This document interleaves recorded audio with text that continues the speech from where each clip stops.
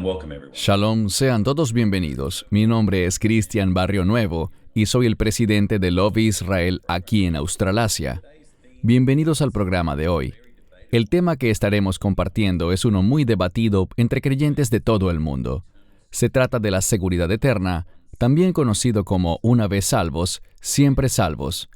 Hoy estará liderando nuestra discusión el Dr. Baruch Korman desde Israel. Sin embargo, haremos algo un poco diferente. Tendremos un panel de invitados que también nos darán sus opiniones y comentarios desde una perspectiva bíblica sobre este tema tan crucial. Shalom, caballeros, bienvenidos. Bien, quisiera comenzar diciendo que estos caballeros no son solo mis amigos, sino que también son maestros bíblicos y líderes muy respetados. Siento total admiración por ellos, y es un honor que estén con nosotros el día de hoy. Gracias por acompañarnos.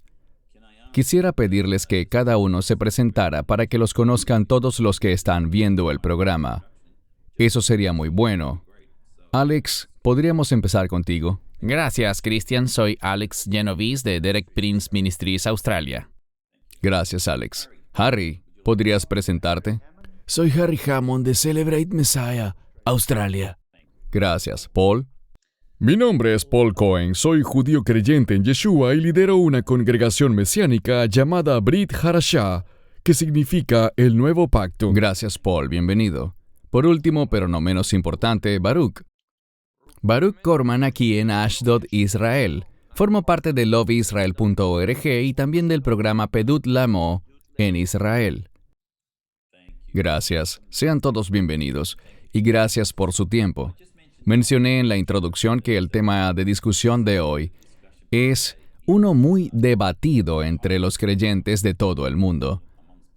Sin embargo, hoy tendremos una discusión abierta entre amigos.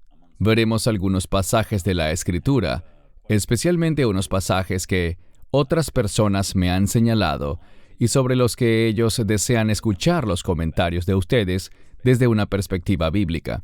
Aprecio mucho el tiempo de ustedes hoy. Si estamos listos, empecemos. Lo que haremos es comenzar a compartir la pantalla de mi computador con todos los que nos ven. Estaremos mostrando algunos pasajes de la Escritura. Harry y yo vamos a leer estos pasajes y luego les daremos la oportunidad a Baruch, Paul y Alex para que nos den su respuesta y comentarios. Por cuestiones de tiempo, aunque nos gustaría pasar unas 10 o 12 horas en este tema para ver bien todos estos pasajes y aprovechar la cantidad de conocimiento que tiene este panel, trataremos de mantener las respuestas razonablemente breves, asegurándonos de brindar tanta claridad como sea posible desde una perspectiva bíblica. Bien, compartiré mi pantalla en este momento.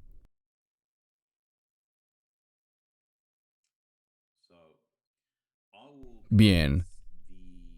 Empezaré con la lectura del primer pasaje y luego le cederé el turno a Baruch o a Paul para sus comentarios. El primer pasaje es Mateo 24:13.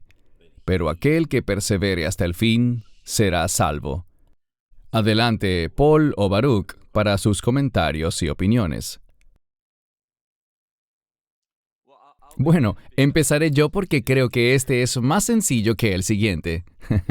En este pasaje de la Escritura, Yeshua está incentivando a propósito al pueblo en medio de muchos individuos cuyo amor y compromiso se está enfriando.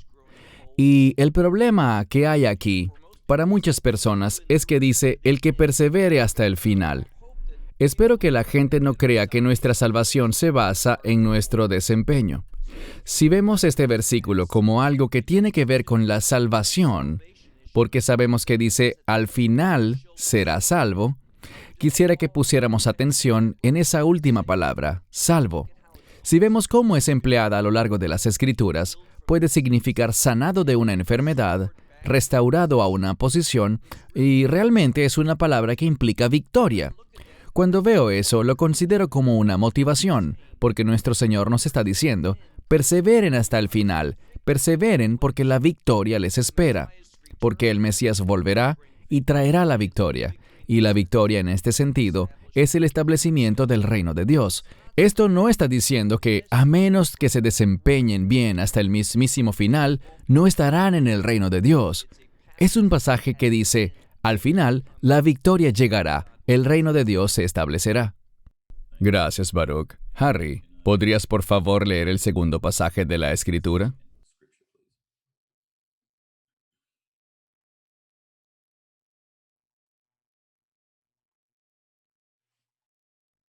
Harry. Creo que hay un problema con el audio, así que leeré yo el segundo pasaje, el cual, como todos pueden ver en pantalla, es Apocalipsis, capítulo 3, verso 5. El que venciera será, por tanto, vestido de vestiduras blancas, y no borraré su nombre del libro de la vida, y confesaré su nombre delante de mi Padre y delante de sus ángeles. Antes de cederte el turno, Paul, como comentario adicional sobre esta escritura, algunas personas me han hecho referencia a este pasaje y han llegado a decirme, básicamente, esto confirma que, si no vives una vida de obediencia, perderás tu salvación porque solo los que son salvos tienen sus nombres en el libro de la vida, y no la gente que no es salva, porque allí se menciona que tu nombre puede ser borrado. Así que, por favor, Paul, danos tus comentarios. La salvación es siempre un regalo de Dios, así que no hay nada en ese sentido que pueda quitarnos eso, ni lo alto, ni lo profundo, ni los ángeles, nada. Así que, en ese aspecto, ese no es el asunto aquí. El que venciera o conquistara será vestido con vestiduras de salvación, pero es Él quien nos preserva hasta ese día. Él nos hace capaces de vencer. Así que, la iglesia a la que se le hablaba aquí era la congregación de Sardis, y ellos estaban teniendo problemas, así que Él les estaba pidiendo que se arrepintieran y por tanto guardaran la palabra que se les había hecho llegar.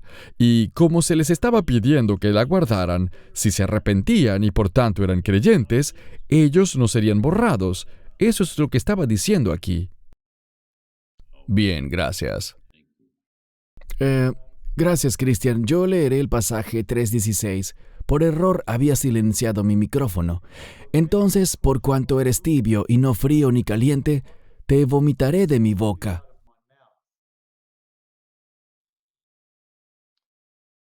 Creo que ese es para mí, sí. Este versículo está hablando de su disgusto con esa congregación, que creo que es la de Laodicea, porque no estaban comprometidos, y al igual que con el versículo anterior, nunca debemos pensar que porque allí diga, no borraré, eso significa que Él podría borrarlos. Del mismo modo, cuando vemos este pasaje, Él estaba desafiando a la gente a que no fuera indiferente. Cuando somos indiferentes, eso causa un disgusto. Cuando Él dice, los vomitaré de mi boca, es un modismo para indicar cuán desagradable es que la gente no sea comprometida, que se haga indiferente ante las cosas de Dios. Y de nuevo, yo no creo que un verdadero creyente sería indiferente ante las cosas de Dios. Del mismo modo, no creo que cuando un verdadero creyente escucha sobre el amor de Dios hacia él, sus promesas de pacto, que Dios ha asumido una obligación a través del acuerdo de ese pacto, y Él nunca nos dejará ni nos abandonará.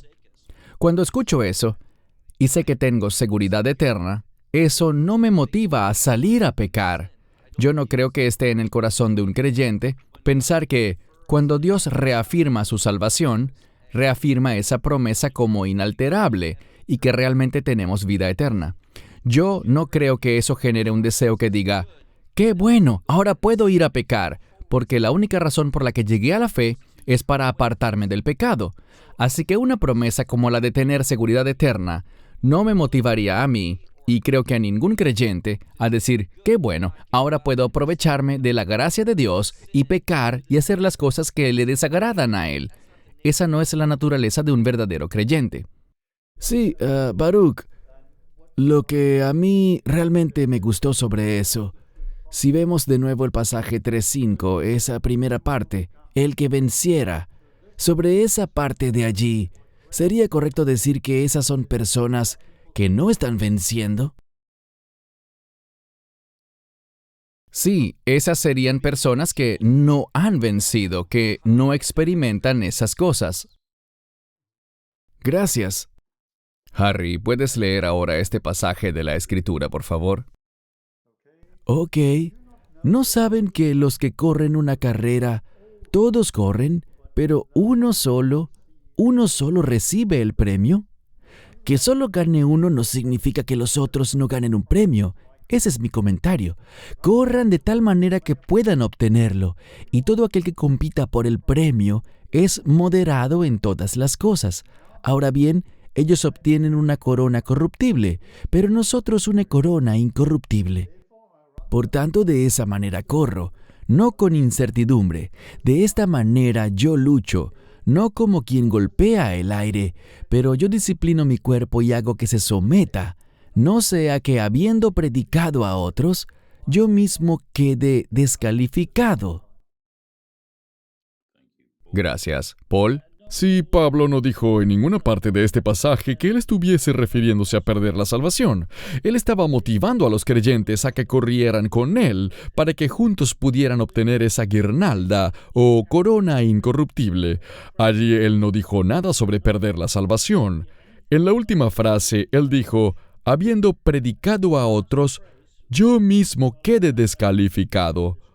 No estaba diciendo que iba a perder nada en términos de salvación, sino que perdería una de las coronas que habría obtenido como recompensa por la obra que él había hecho.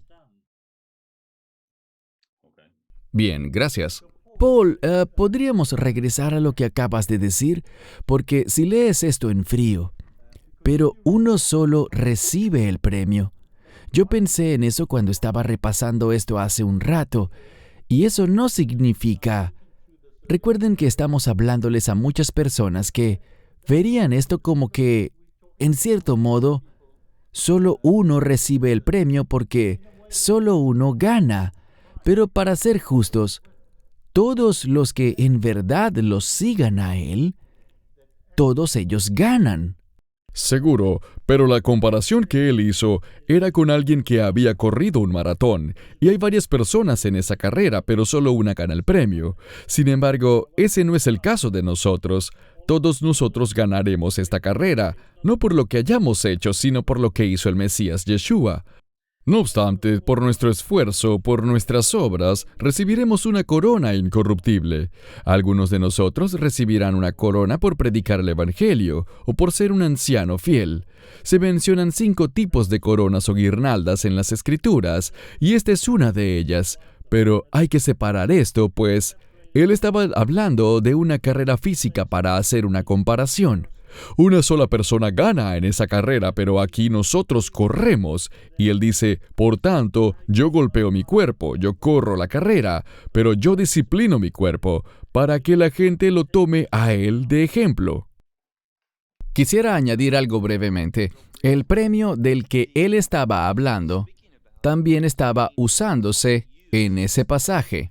Él estaba hablando de su llamado, su ministerio, su apostolado. Y es importante siempre prestar atención a las palabras. Y al ver al final del pasaje donde dice, yo mismo quedé descalificado, y tenemos que saber qué es esa palabra descalificado. Y es interesante porque todos nosotros hablamos inglés y conocemos la palabra document o documentar. Y esta palabra de aquí en griego es de donde se deriva la palabra documentar. Tiene el prefijo a, que significa que él no documenta. Así que estaba diciendo, si no hago estas cosas, no voy a documentar el hecho de que he sido llamado a ser apóstol. No haré las cosas que un apóstol debe documentar para dar el ejemplo, para ser un siervo fiel. Por eso no veo que esto se relacione con la salvación en ninguna forma, sino con tener el privilegio de servirle a Dios en ese llamado del apostolado. Bien, gracias por añadir eso. Segunda de Pedro 2, del 20 al 21. Pues si después de haberse escapado de las contaminaciones del mundo por el conocimiento del Señor y Salvador Jesucristo, están de nuevo enredados en ellas y son vencidos, el último estado es peor para ellos que al principio, porque habría sido mejor para ellos no haber conocido el camino de la justicia, que tras haberlo conocido, volver atrás del santo mandamiento que les fue dado. Aquí vemos que Pedro estaba dando un ejemplo hipotético de lo que la gente diría si alguien se comportara de esa manera. Creo que es importante seguir leyendo en este pasaje, al final de 2 de Pedro. Aquí tenemos un estado muy interesante que él menciona. Y, si no me equivoco, 2 de Pedro 2, quiero ver el final del capítulo, porque allí nos da una pista muy importante.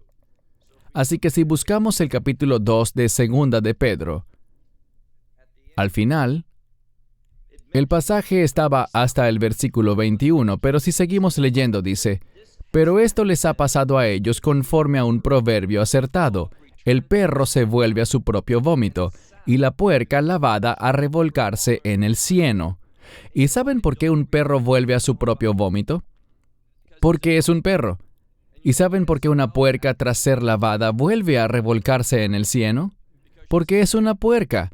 Y esto se refiere a una situación en la que personas que son falsos maestros, que están utilizando la palabra de Dios, pero en realidad, si leen todo este pasaje, al principio del verso 18 habla sobre el engaño de los falsos maestros. Así que él estaba diciendo, para ellos, por el hecho de que tienen conocimiento de Cristo, conocimiento del Evangelio, pero están usándolo con el fin de conducir a la gente por un camino equivocado. Eso muestra que es peor para ellos saber ese poquito que saben, porque tendremos que rendir cuentas de lo que sabemos.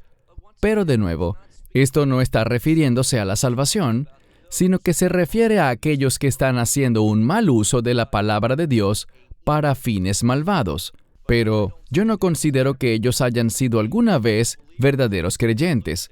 Si vemos el contexto aquí, dice que ellos hablan palabras de vanidad. Verso 18 dice, prometen libertades, pero ellos mismos son esclavos de la corrupción.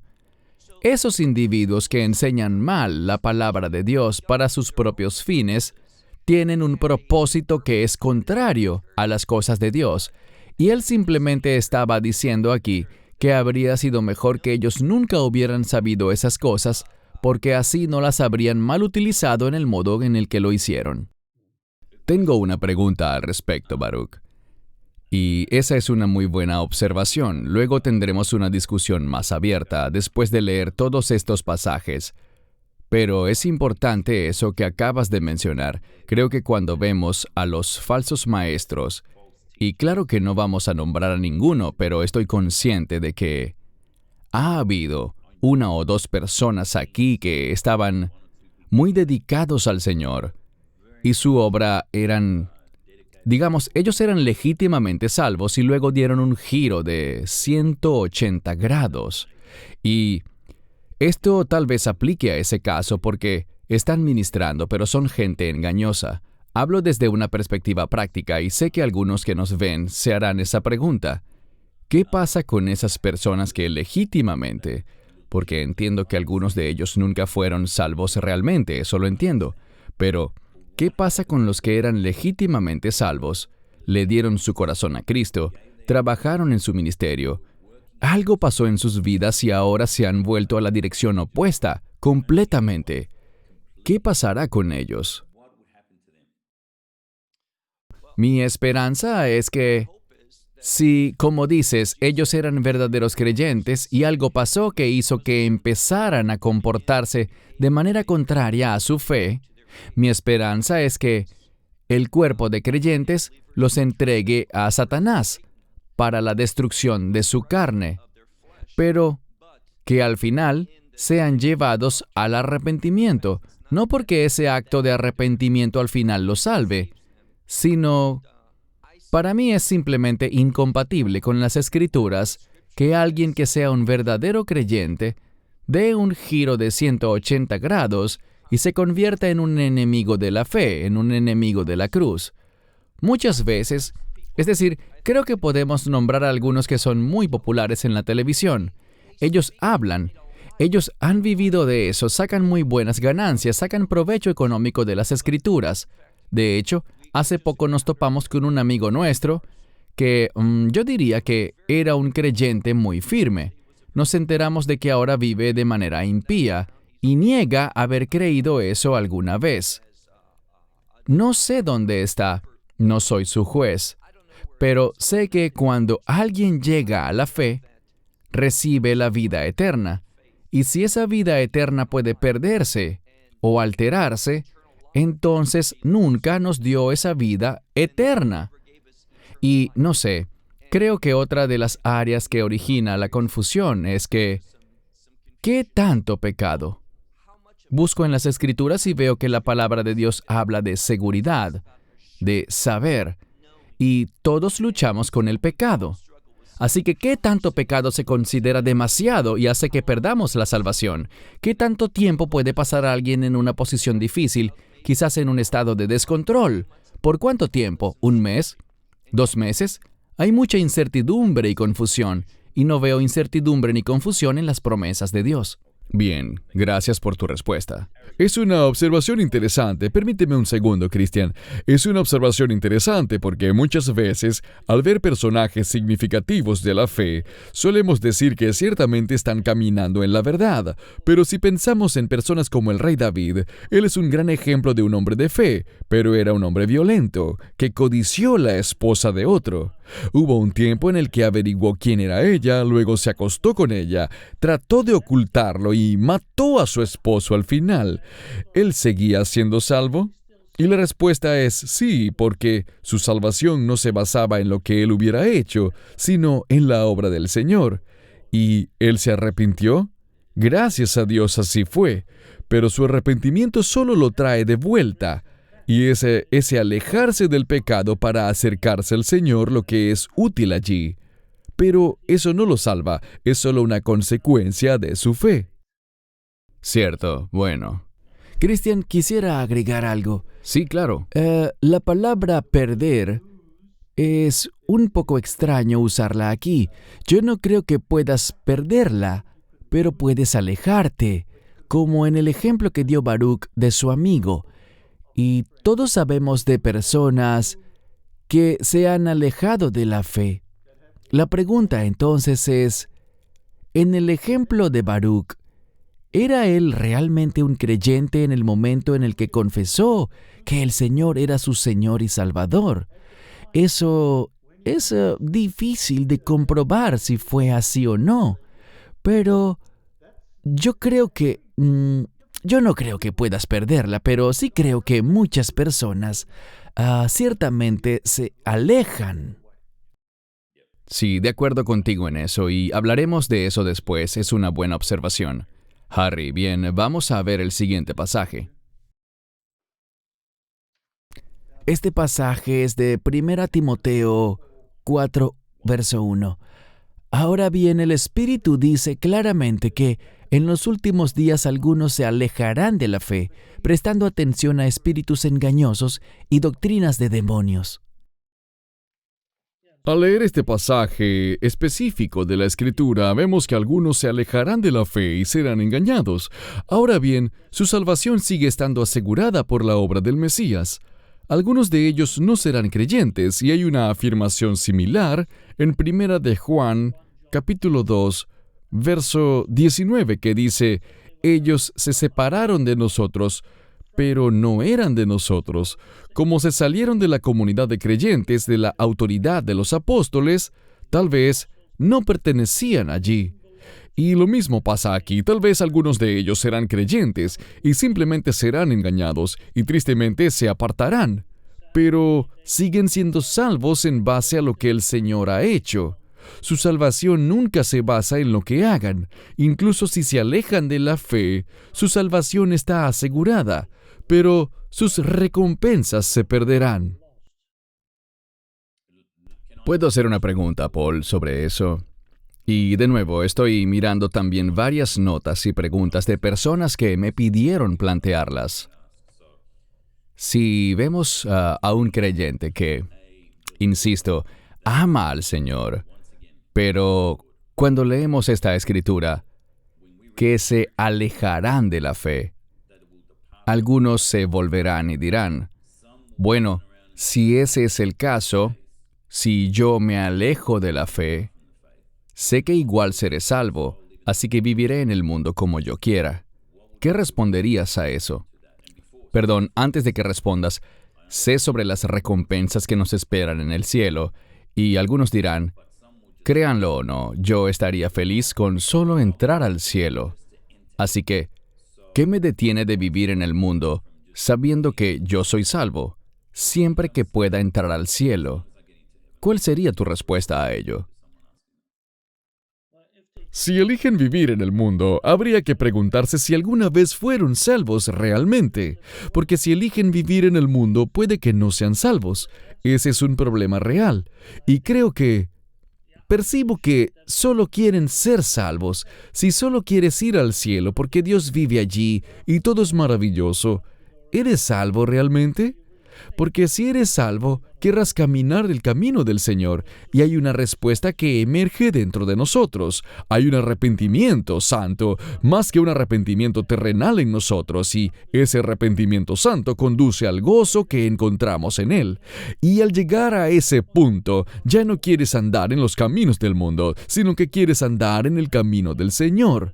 Yo no veo que eso sea posible, pero aun si fuera así, hay una disciplina divina que viene. Y como dijo Baruch hace un rato, hay una exclusión del cuerpo del Mesías y debe ser sacado de la iglesia. Sé que muchas iglesias no hacen eso actualmente, pero deberían hacerlo.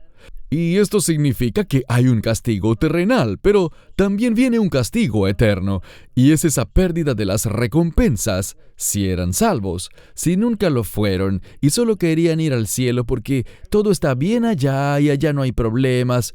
Bueno, quizás no son salvos y hay que predicarles el evangelio a ellos. Ok, muy bien. Cristian, quisiera agregar algo.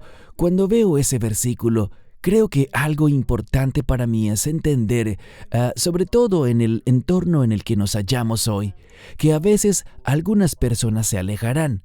Y me doy cuenta de que es por tanta desinformación. En las redes sociales nos llegan enormes cantidades de información, pero al reflexionar sobre eso, miro la historia, bien sea el antisemitismo o la pedofilia en las iglesias. Esto ha venido pasando desde hace mucho tiempo.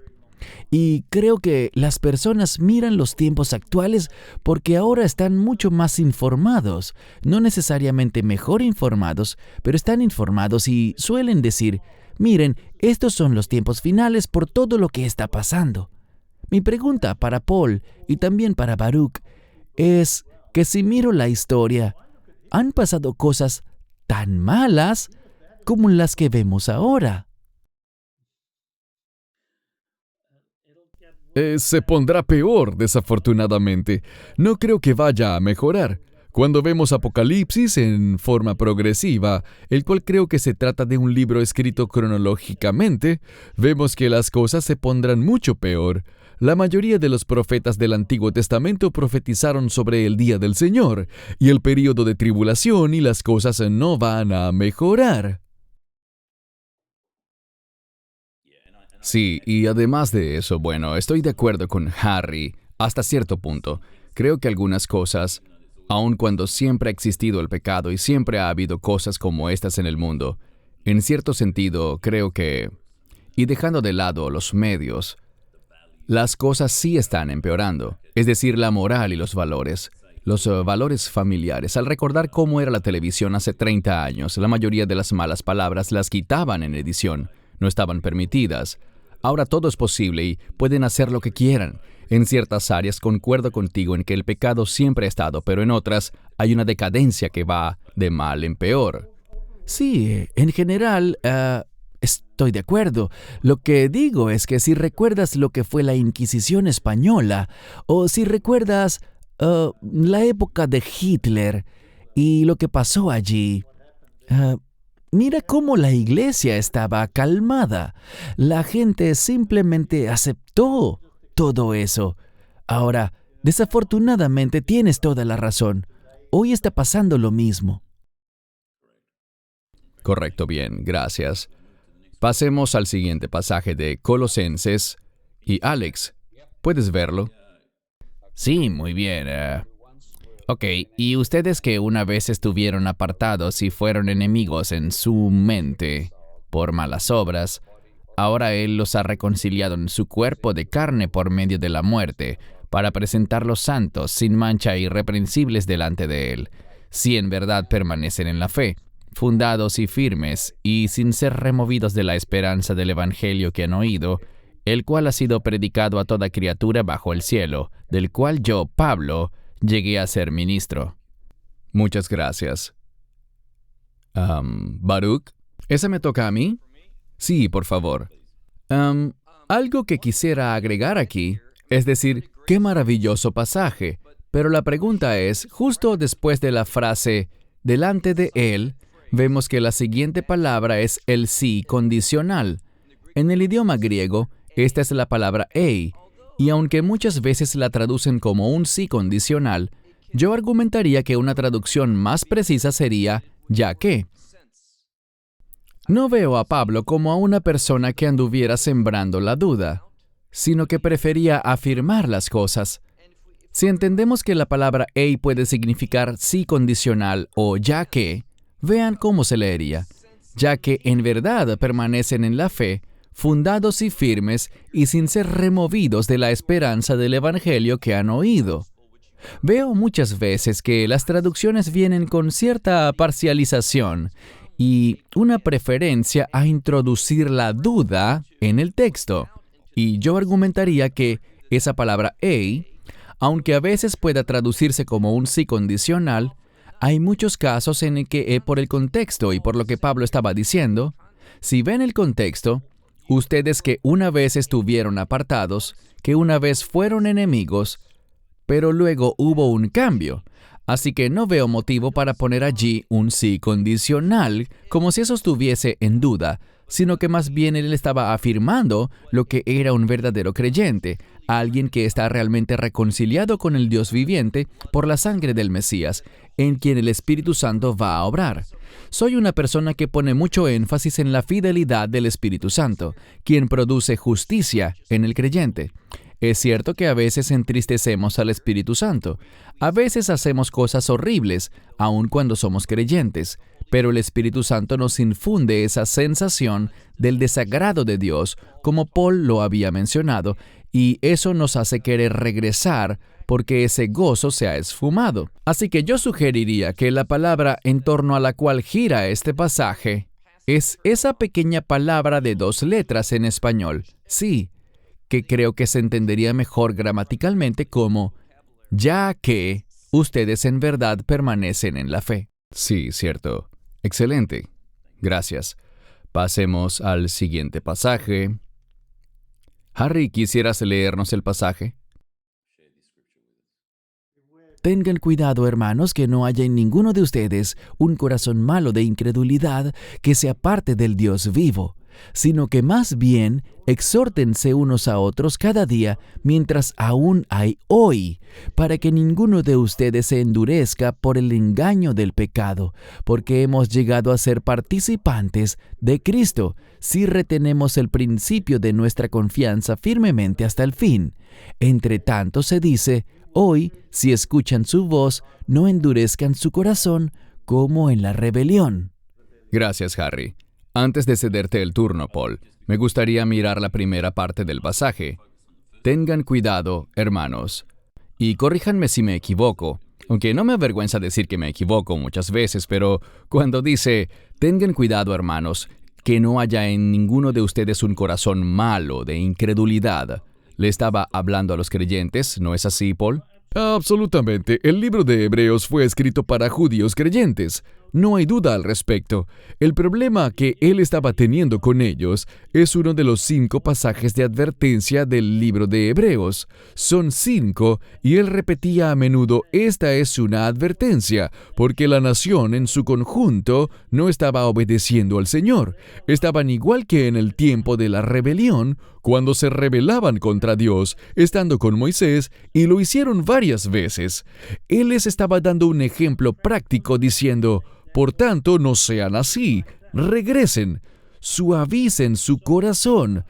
Tengan un corazón blando que pueda ser circuncidado ante el Señor y vuelvan a mí. Ok. Bien, gracias.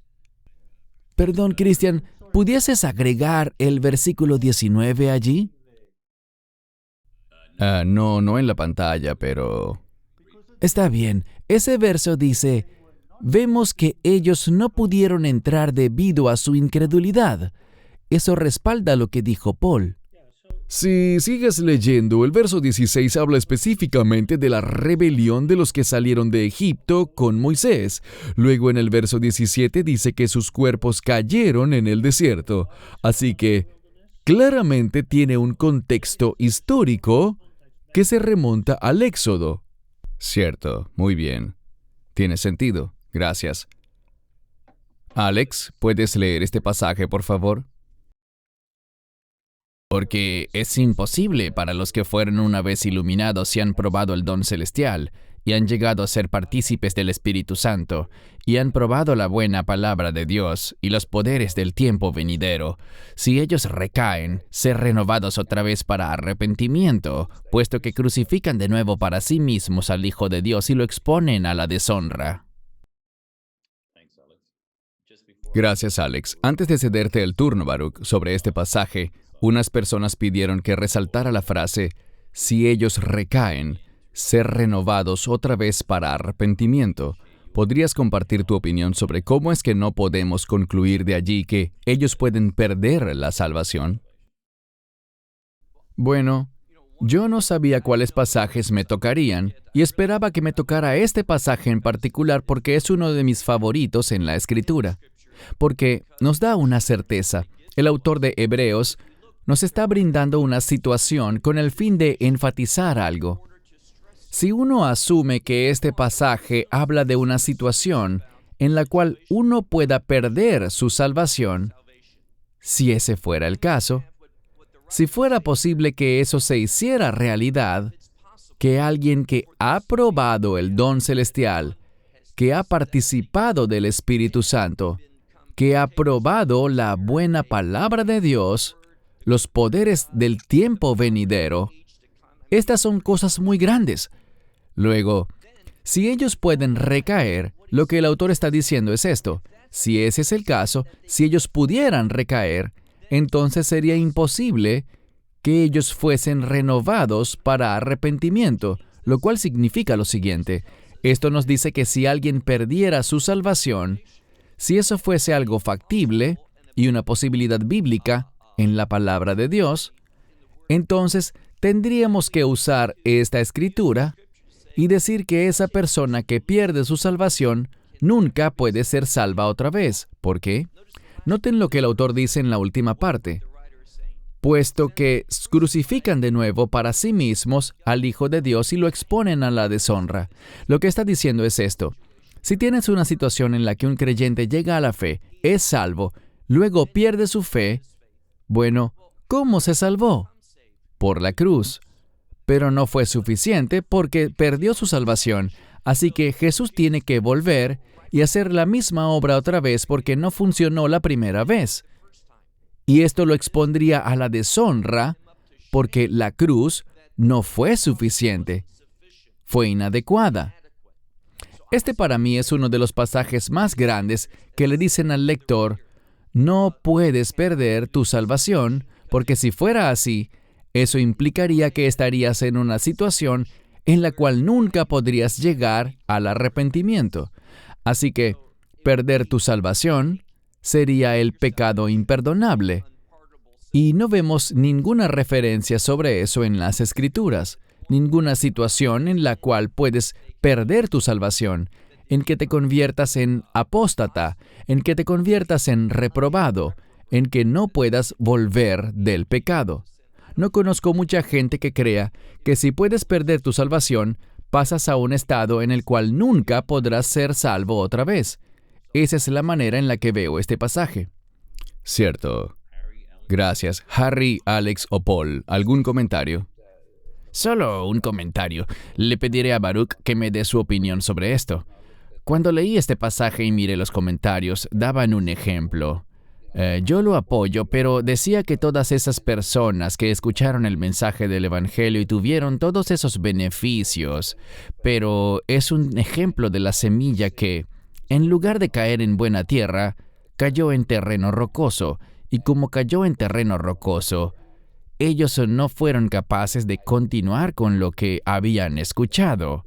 Así que, ¿qué opinarías sobre eso, Baruch?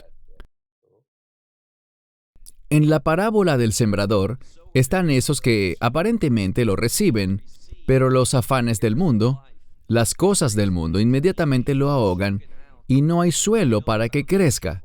Así que creo que es un muy buen comentario, Alex, que la Escritura sí muestra que cuando se plantan las semillas, empieza a funcionar, pero no llega realmente a materializarse.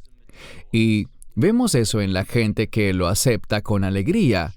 Pero como en ese ejemplo, una vez que empiezan a tener tribulaciones, dicen, un momento, yo nunca acepté tener sufrimiento por causa de mi fe. Si tengo que sufrir por mi fe, no quiero tener nada que ver con eso. Ese no es un verdadero creyente. Debemos darnos cuenta de que la Escritura dice, por ejemplo, en Hechos 14:22, que es necesario pasar por mucha tribulación para entrar al reino de Dios. Lo odiaron a Él, nos odiarán a nosotros. Lo persiguieron a Él, nos perseguirán a nosotros. Así que cuando alguien se siente desconcertado por experimentar dificultades debido a su fe, es porque nunca entendieron la fe bíblica, no han escuchado el verdadero evangelio. Y permítanme concluir diciendo que yo creo que uno de los mayores problemas del cristianismo hoy es que muchas veces se presenta un evangelio que no es bíblico. El otro día escuché en la televisión a una persona que daba lo que llaman un llamado al altar, y la persona dijo, si quieres la bondad de Dios, si quieres las bendiciones de Dios, si quieres conocer la vida eterna en el estado del paraíso, ven a aceptarlo a Él. No hubo allí un llamado al arrepentimiento, no hubo un llamado a reconocer el pecado, no hubo un entendimiento de la cruz. Lo que Él hizo allí, y esas personas van y son aceptados en muchas iglesias, se consideran a sí mismos como creyentes, pero no han entendido el evangelio. Sí, gracias, Baruch. Eso estuvo muy bueno. Quisiera agregar que lo que dijiste me recordó el pasaje de Mateo 24. Y en Mateo 10:22, Él dice claramente, serán aborrecidos por causa de mi nombre. Esas eran las personas, Alex, que tenían abrojos cuando se hizo la siembra, porque no estaban preparados para confesar su nombre. Gracias. Seguimos contigo, Harry. Léenos, por favor, este pasaje de Hebreos 10, 26 al 27. Porque si pecamos voluntariamente, después de haber recibido el conocimiento de la verdad, ya no queda más sacrificio por los pecados, sino una cierta expectativa horrenda de juicio y de indignación ardiente que habrá de devorar a los adversarios. Paul, danos tus comentarios, por favor. El pasaje realmente empieza un poco antes, en el verso 19. Por tanto, hermanos, siendo que tenemos confianza para entrar al lugar santísimo por la sangre del Mesías Yeshua. Allí indica claramente que existe esa confianza, que hay esa apertura en ese sentido. Y él estaba diciendo, les advierto que no pequen. Y esa es la segunda parte que vemos aquí. Cuando te alejas del Señor, y él allí estaba hablándole a un grupo de creyentes en Israel, que estaban a punto de alejarse de la fe, creyendo que podían ser salvos otra vez. Y Él les está diciendo, eso no es posible. Lo que harán es perder sus recompensas y también perderán su vida física. La salvación en el Tenaj, en el Antiguo Testamento, suele referirse a la vida física, la salvación de la vida física. Él estaba diciendo, van a perder ese aspecto, porque los romanos van a venir. Era casi el año 70 después de Cristo, y Jerusalén iba a ser destruida. No pueden alejarse en este momento. Perseveren para llegar a la madurez en la fe. Bien, gracias. Alex, ¿podrías leer el siguiente pasaje, segunda de Pedro 3:17, por favor?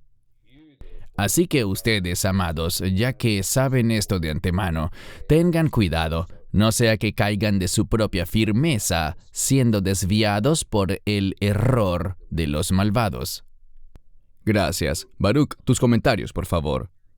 De nuevo, puedo decir que en mi propia vida hay momentos en que no he estado caminando fielmente con Dios, no he estado firme, y al no estar firme, y esto es cierto para todos los creyentes, cuando no estamos comprometidos, eso abre la puerta para que el enemigo tenga de dónde sujetarse y lleve a cabo sus propósitos en nuestra vida para que sigamos caminando errados, para que cometamos los mismos errores que cometen los perversos.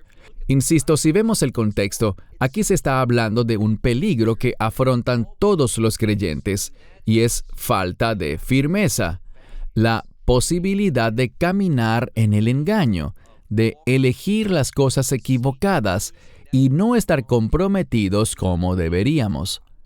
Cuando eso pasa, veremos que el enemigo empieza a ejercer su voluntad en nuestra vida, en vez de que se haga la voluntad de Dios. Es simplemente un llamado de advertencia. Muchos de estos pasajes y otros tantos que se usan con respecto a este tema, yo los veo como advertencias para que nos tomemos en serio nuestra fe y no dejemos que un hijo de Dios, que un creyente, sea manipulado por el enemigo. En relación con lo que dijo Harry y otros, hoy en día veo algo que está sucediendo mucho. Estamos viendo que ciertamente en estos tiempos hay creyentes que no estudian la palabra de Dios. Desafortunadamente, en muchas congregaciones es bastante raro ver que se haga un estudio serio de la palabra de Dios. Y cuando se presenta una realidad así, no se producirán buenas obras, sino cosas que son desagradables a Dios. Y Pedro está advirtiendo aquí sobre cómo los creyentes pueden caerse de su firmeza, pero no veo que caerse de su firmeza sea equivalente a ya no ser salvo. Creo que es un poco descabellado sacar esa conclusión de este pasaje, sobre todo al ver lo que dijo anteriormente y lo que dijo después. Puedo agregar un comentario sobre eso porque, como dijiste, Baruch, tenemos esa inclinación y yo me incluyo a leer la Escritura como la vemos literalmente frente a nosotros. La pregunta que quiero hacerte, y sabemos que él le estaba hablando a los cristianos, ya que dice amados, y los estaba motivando a mantenerse firmes. Pero, ¿qué pasa si no están firmes? Son cristianos. Él dijo que serían desviados por el error de los malvados. Si ellos siguieran ese camino, ¿dirías tú que entonces ellos obviamente no eran salvos? Bueno, fíjate cómo continúa ese pasaje. Él dice, no es así como debería ser un creyente. Si ves el verso que sigue, el 18, dice, crezcan. Esa palabra significa madurar. Crezcan en la gracia y el conocimiento de nuestro Señor y Salvador. No dice potencial Salvador, sino el Señor nuestro Salvador, Jesucristo. Y ya que Él es nuestro Salvador, y podemos confiar en eso, pues no se basa en nosotros, sino en lo que Él ha hecho, es por eso que la epístola termina así. A Él sea la gloria ahora y por la eternidad. Cuando vemos esto, efectivamente Él dijo, sigan firmes, no se aparten, sino sean como un verdadero creyente, crezcan en la gracia y el conocimiento de nuestro Señor. Considero que es importante que las iglesias entiendan que la verdadera gracia produce un deseo de llevar a cabo el propósito y la voluntad de Dios. Cuando alguien dice, ¿sabes qué? Si tengo seguridad eterna, puedo salir a pecar y vivir como alguien que no es creyente. Ya había dicho esto antes, pero para mí es algo tan fundamental.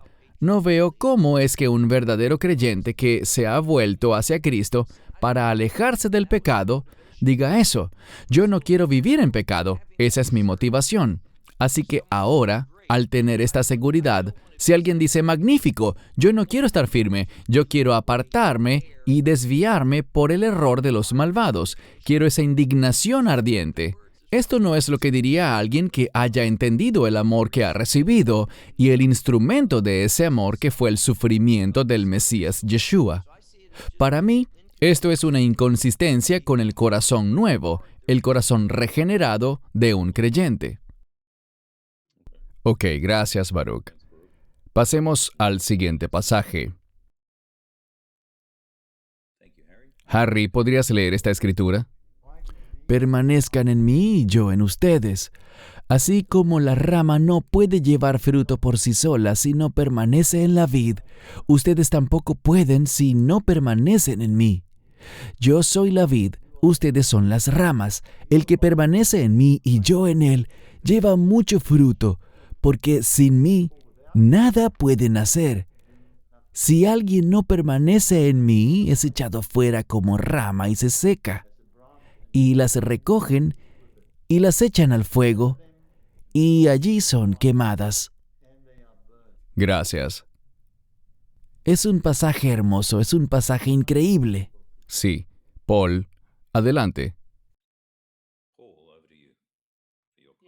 Sí, en Juan 15, él estaba dando un discurso, les estaba hablando a las personas que estaban en pie alrededor de él.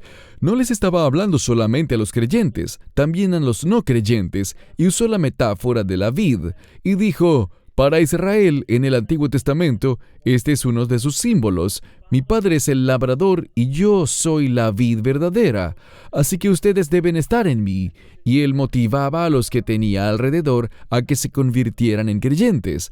Él no estaba diciendo que todos serían salvos. Él estaba diciendo, si quieren ser salvos, deben estar en mí. Y ese es realmente el contexto del pasaje. Se trata de estar en la vid, estar en Yeshua. No hay nada en el contexto del pasaje que diga que solo les estaba hablando a los creyentes y que por tanto pudiera ser removido como creyente de la fe en Dios, del amor de Dios, de la gracia de Dios. Cierto, muy bien. Cristian, quisiera añadir que, si miramos Mateo 7, 21 al 23, el Señor dice claramente, no todo el que me dice Señor, Señor, entrará en el reino de los cielos. Esto se relaciona con lo que Paul acaba de decir y también con lo que dijo Baruch. Creo que es importante que nosotros les digamos esto a los que nos escuchan. No todo el que invoca su nombre. Y también, como saben, el pasaje continúa y habla de los que expulsaron demonios y oraron por enfermos, etc. Y miren lo que les dice a ellos. Así que ellos no eran salvos. ¿Qué opinas, Baruch? Me alegra que hayas mencionado ese pasaje, porque allí el Mesías simplemente afirma que solo porque alguien diga Señor, Señor, no significa que serán salvos. ¿Y cuál es la respuesta de la gente? Enseguida dicen, pero nosotros hicimos esto en tu nombre, hicimos aquello en tu nombre, o hicimos lo otro. Este pasaje nos dice que cuando alguien cree que lo que vale es lo que ellos han hecho para entrar al reino de Dios, ¿qué les dice el Mesías? Él dice, nunca los conocí. Lo importante aquí es que esta palabra en griego, oida, siempre está en tiempo perfecto, lo que significa, no los conocí antes, no los conozco ahora, y no los conoceré en el futuro. Así que cuando estas personas preguntaban sobre la salvación, inmediatamente acudieron a sus obras como manera de justificarse a sí mismos, en vez de ver que si el Mesías me dice, Baruch, no todos los que digan Señor, Señor, entrarán al reino de los cielos. Yo diría, sí, solo aquellos que aceptaron tu sacrificio, que reconocieron tu muerte en la cruz, el derramamiento de tu sangre, lo que has hecho por ellos, solo aquellos que confíen en ti. Creo que cuando esa persona dice eso, él no dirá, aléjense de mí, hacedores de maldad, nunca los conocí. Creo que esa es la clave. ¿En qué estamos confiando? ¿En nuestras obras hechas en su nombre como nuestro medio de salvación? Espero que no. Espero que entendamos que solo depende de lo que Él hizo en la cruz por nosotros y que eso es un regalo. Muy bien. Gracias, Baruch. Alex, te pediré que leas el último pasaje antes de que entremos más en la discusión de manera más abierta. Alex, lee por favor el pasaje para todos nosotros. Bien dicho. Por su incredulidad fueron desgajadas, y tú estás firme por tu fe. No te ensoberbezcas, sino teme, porque si no perdonó a las ramas naturales, Dios tampoco contigo lo hará. Por tanto, considera la bondad y la severidad de Dios. Para con los que cayeron, la severidad, pero para contigo la bondad. Si permaneces en su bondad, de otro modo tú también serás cortado, y ellos también, si no siguen en incredulidad, serán injertados, porque Dios es poderoso para injertarlos de nuevo. Gracias.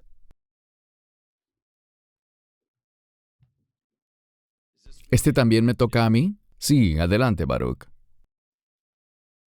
En Romanos 11, sobre todo en la segunda parte del capítulo, debemos saber de quién estaba hablando Pablo. Él hablaba del mundo, de las naciones, de cómo el Evangelio llegó a las naciones. Ahora bien, ¿eso significa que todos los que son parte de las naciones son salvos? No, él hablaba de una manera muy general. Si habla de que Israel rechazó el Evangelio, ¿eso significa que todo Israel rechazó el Evangelio? No, allá habían muchos creyentes. Pablo hablaba de que eran decenas de miles los que creían y eran todos celosos de la ley en el libro de Hechos. Así que él hablaba de una manera general. Debido a la incredulidad de Israel, el mensaje del Evangelio fue llevado a los gentiles, pero estaba advirtiendo, no se ensoberbezcan, y habla de todos los gentiles. No se ensoberbezcan de que ese mensaje llegó allá, porque también sabemos que ese mensaje regresará a Israel en los últimos días. Si seguimos leyendo en el capítulo 11, está ese famoso pasaje que dice que todo Israel será salvo, y la gran mayoría de las personas interpretan eso mal, y dicen que si todo Israel será salvo, ¿creen que Israel es simplemente el pueblo judío? ¿Debemos pensar eso? ¿Todos los judíos serán salvos? No creo que eso esté en las Escrituras, ni creo que todos los gentiles tampoco serán salvos. Cuando habla de Israel, este pasaje está hablando de un Israel conformado por judíos y gentiles, que serán el pueblo del reino de Dios. Y si vemos también un pasaje que está un poco antes, en Romanos capítulo 9, versículo 6, ese famoso pasaje en el que Pablo dijo que no todo Israel es de Israel. Este es un claro ejemplo en el que Pablo usó el término Israel de dos maneras distintas. Cuando dijo Israel la primera vez, no todo Israel, eso significa no todos los judíos pertenecen a Israel. ¿Y qué significa Israel cuando lo dijo por segunda vez? El pueblo del reino. En otra parte, él habló de la ciudadanía de Israel. Cuando él usó el término ciudadanía de Israel, creo que en Efesios, él hablaba tanto de los judíos como de los gentiles. Y más adelante en Romanos 11:26, cuando dice, todo Israel será salvo, hablaba de que iba a haber, como lo vemos actualmente, un gran número de gentiles que llegan a la fe. Y cuando la plenitud de los gentiles haya entrado, Él se tornará hacia ese remanente de Israel en los últimos días. Y cuando Israel llegue a la fe, entonces será todo Israel, es decir, el componente judío y el componente gentil. Dijo que del mismo modo en que les hablaba a los gentiles en este pasaje, Él dijo, oigan, deben estar conscientes de que el Evangelio fue dado al pueblo judío, y aquellos que no creyeron fueron separados. Así que lo mismo va con ustedes, gentiles. No crean que los gentiles tienen el mercado ahora, el monopolio de la salvación, porque si ustedes no creen, si alguno no cree, no tendrá esa esperanza. Porque Israel no fue salva, perdieron su salvación. Tenían una relación de pacto que les conduciría al Evangelio, pero como la mayoría no ejercitó su fe, se perdieron. Y le está diciendo eso mismo a los gentiles. Si no ejercitan su fe, también se perderán. Pero Él también dijo, y esto es algo de lo que todos podemos alegrarnos, si Israel, hablando del pueblo judío en los últimos días, si ellos no siguen en incredulidad, serán injertados. Dios es poderoso para hacer eso, y debemos anticipar que habrá un gran número al final de los últimos días, al final de la angustia de Jacob. Cuando aparezca el Mesías, habrá un gran número de judíos que lo verán y llegarán a la fe del mismo modo que lo hizo Tomás. Esa no es la mejor manera, pues debemos hacerlo por fe y no por vista. Pero ellos lo verán y creerán. Esto solo anticipa el mensaje que fue dado a Israel. Luego fue rechazado y fue dado a los gentiles, pero en los últimos días volverá a Israel. Excelente, gracias. Ahora voy a abrir la discusión para que tengamos un poco más de diálogo. Quisiera decir desde el principio, y te he mencionado esto muchas veces, Baruch, yo creo firmemente que el sacrificio del Mesías Yeshua es suficiente. También creo firmemente, totalmente, que el derramamiento de su sangre es también suficiente para nuestra redención. Es el sacrificio perfecto. Así que quería empezar por decir eso. Hay otros asuntos, preguntas y escenarios que la gente me pidió que trajera ante este panel para que los discutiéramos, y quisiera comenzar con un par de asuntos. Primero que todo, en Filipenses 2, cuando él dijo, ocúpense en su propia salvación con temor y temblor. Puede intervenir bien sea Baruch, Paul, Alex o Harry. ¿Qué comentarios pueden hacer sobre ese pasaje en particular? Bien. De las palabras de este pasaje, cuando dice, con temor y temblor, eso significa temor del amor del Señor, temor por el hecho de que tú eres un hijo de Dios y que tú debes seguir caminando en ese temor y en el amor del Señor para que tu salvación esté segura. Así es como yo lo veo. Bien, solo les recuerdo que esto es para dar respuesta a unos planteamientos que otras personas me han hecho. Es una buena respuesta, pero creo que se enfocaban en la frase ocuparse en su propia salvación. No estoy diciendo que yo crea que somos salvos por obras.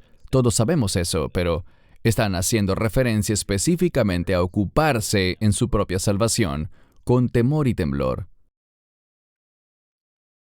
Para mí eso significa, puesto que yo he sido salvo, esa experiencia de salvación debe ejercer un efecto.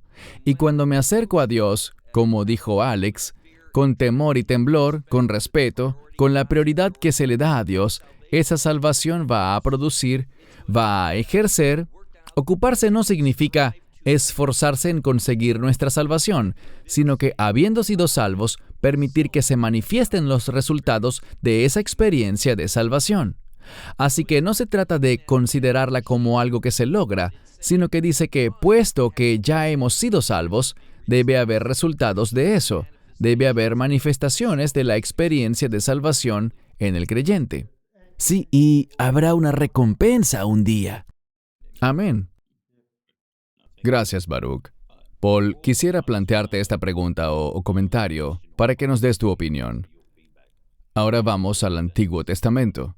Cuando vemos al rey Saúl, él fue escogido por Dios, fue ungido, pero luego el orgullo lo dominó. Se rebeló contra Dios y se quitó la vida.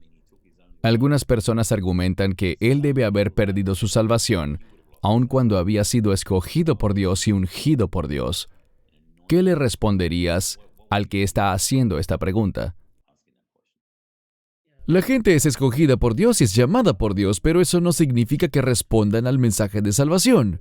Y no hay evidencia en la vida de Saúl de que hubiese sido salvo alguna vez. Y en ese sentido, comenzar por la suposición de que él era salvo es una posición peligrosa. No creo que él hubiera sido salvo nunca. Él no aparece en la lista de héroes de la fe que está en Hebreos 11, por ejemplo. Si vemos la obra de su vida, las cosas que alcanzó, sus logros, hay muchas señales en el camino que indican que él no confiaba en el Señor, sino en sí mismo, en sus propias fuerzas. Y al final, su visita a la divina de Endor es un gran ejemplo de lo que él realmente creía. Así que, creo que nunca fue un creyente. De modo que, basar nuestra fe en él sería un muy mal ejemplo. Bien, gracias, Paul. Baruch, esta es una de esas preguntas sobre las que podemos pasar horas hablando. Es el caso de Salomón y toda su sabiduría y lo que él terminó haciendo. ¿Cuál sería tu perspectiva si alguien te preguntara algo parecido al caso de Saúl? ¿Cuál sería tu respuesta con respecto a Salomón? ¿Fue salvo él al final o no fue salvo al final? Dada la sabiduría que él tenía, ¿qué responderías tú? Aunque yo creo firmemente en el poder de los pactos bíblicos, yo no sería un teólogo de pacto. Y lo que quiero decir con eso es que hasta que alguien tome una decisión personal en cuanto al Mesías, por su nombre, el nombre de Yeshua, Jesús, Jesus, según el idioma que hables, no considero que esa persona sea salva.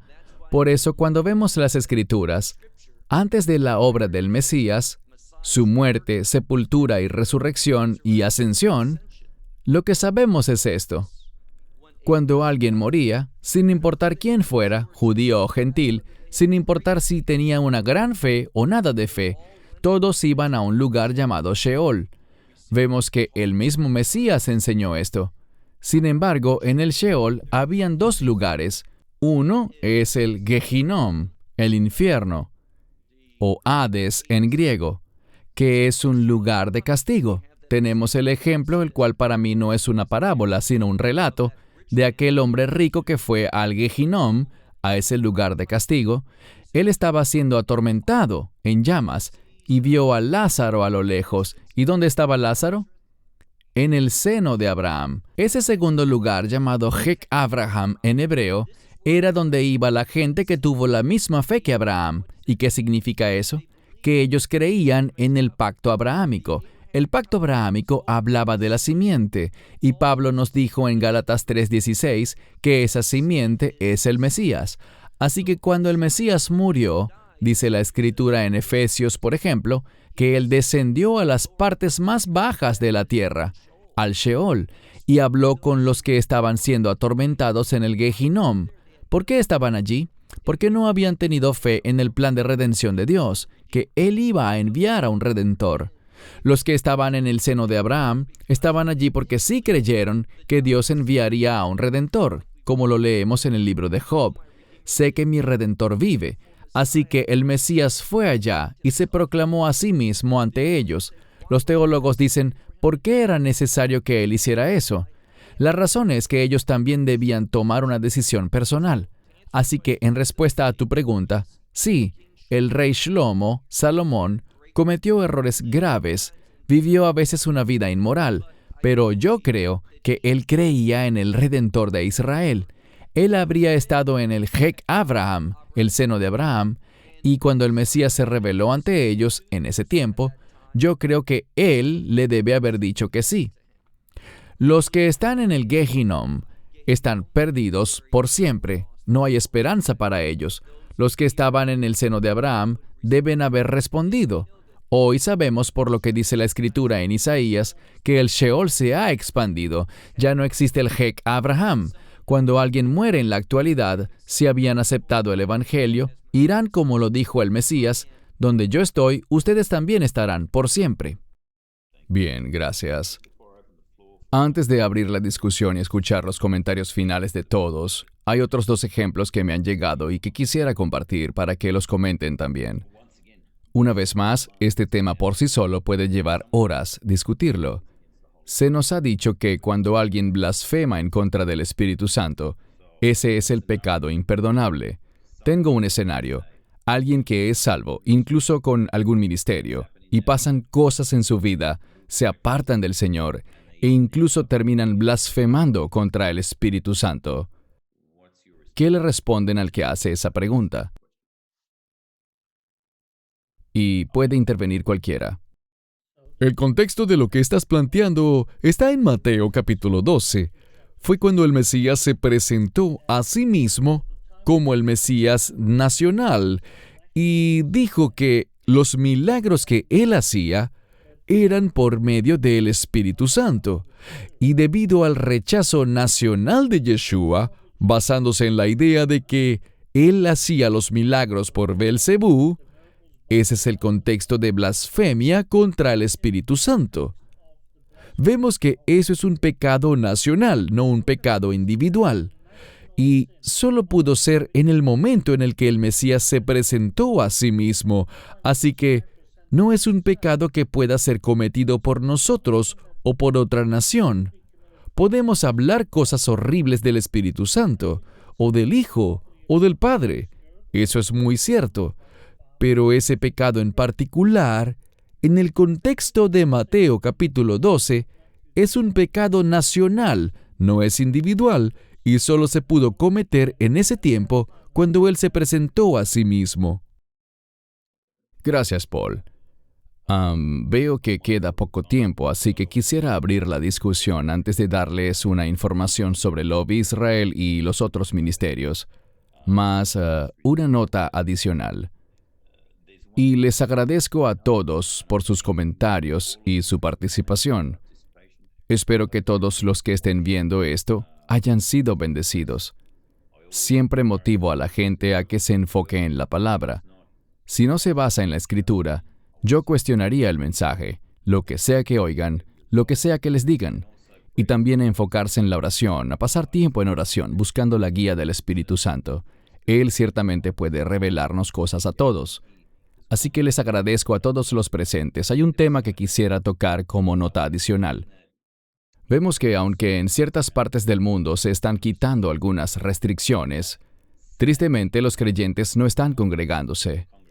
Están renunciando a estar en comunidad.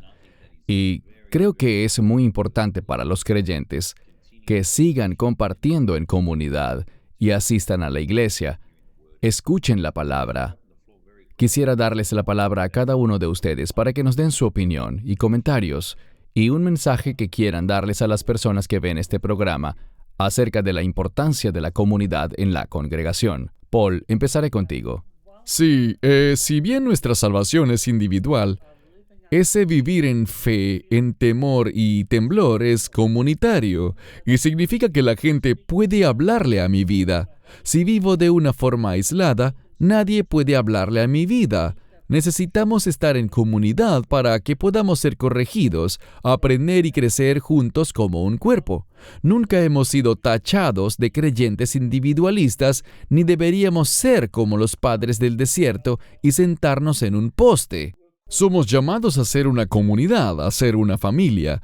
No podemos hacer eso en forma individual, así que debemos volver a congregarnos.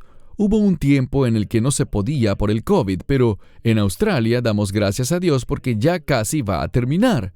En Israel hay una nueva cuarentena, pero cuando puedas volver, hazlo. Y mientras tanto, mantente en contacto con otros creyentes por Zoom, por Skype, por teléfono, incluso por correo. Mantengan el contacto. Gracias. Alex, danos tus comentarios. Bien, creo que todos conocemos el pasaje del libro de Hebreos que dice que no dejemos de congregarnos.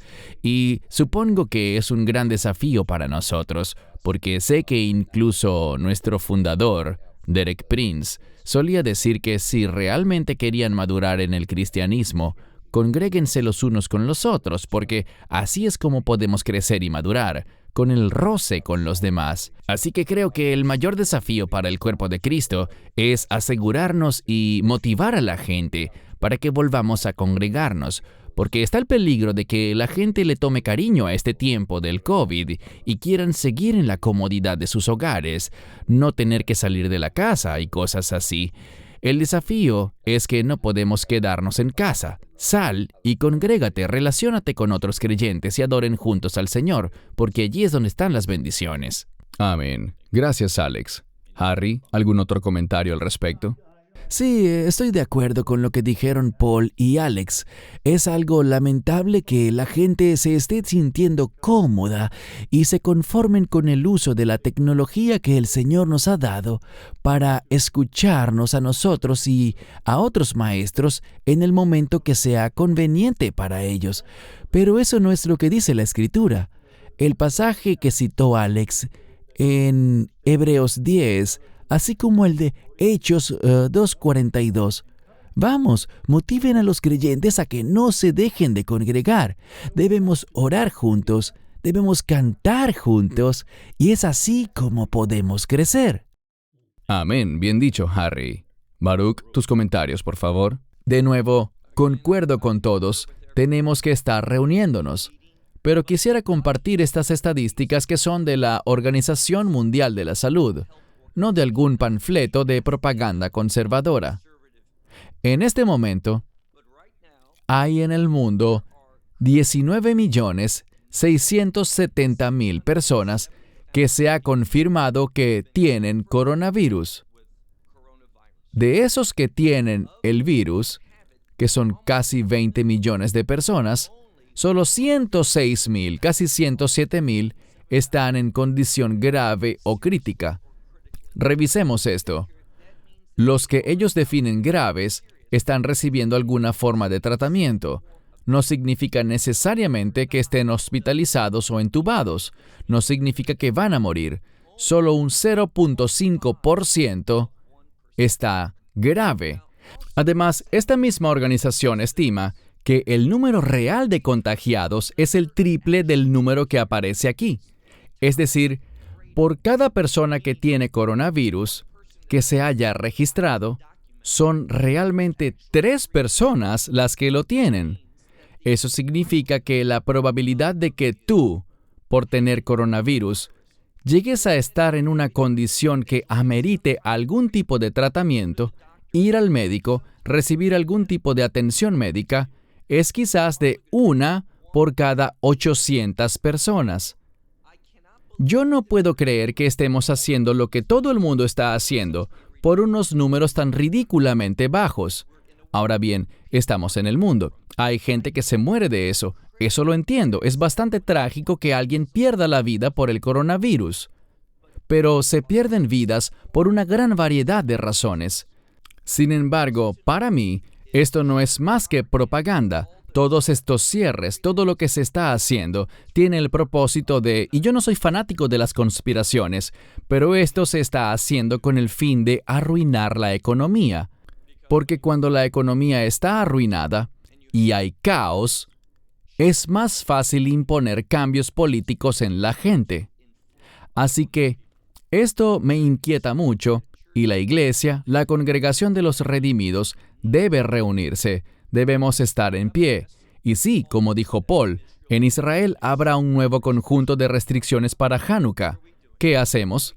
Bueno, si no podemos reunirnos de noche, esas son las restricciones, no reunirse de noche, entonces reunámonos de día. Aún podemos reunirnos y utilicemos eso. No intento ser desobediente. Vamos a obedecer, pero igual nos vamos a reunir. Y eso es lo importante, reunirse, orar juntos, congregarnos. Eso es muy importante. Cierto, gracias, bien dicho. Y miren, todos hemos acordado y dicho esto en el pasado.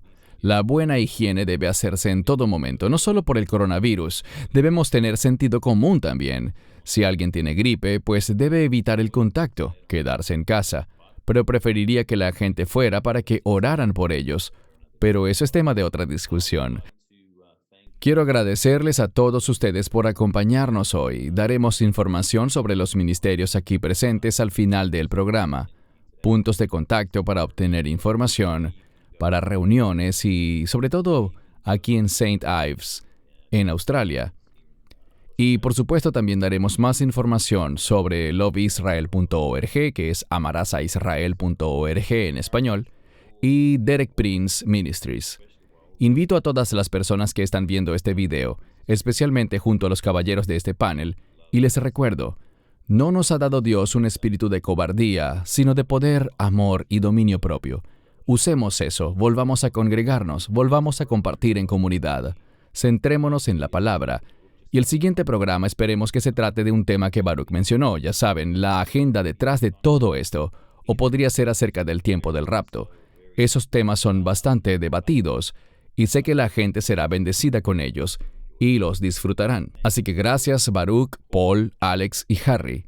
Muchas gracias por su tiempo. Gracias a todos los que están viendo este programa.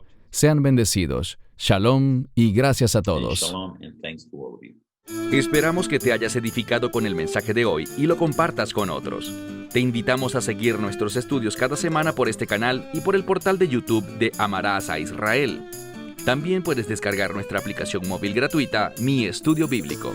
Finalmente, para obtener más información sobre nosotros, visita nuestra web amarasaisrael.org, donde encontrarás otras conferencias de Baruch en audio, video y texto. Hasta el próximo programa. Que el Señor te bendiga en Yeshua HaMashiach. Jesús el Mesías, mientras caminas con Él. Shalom desde Israel.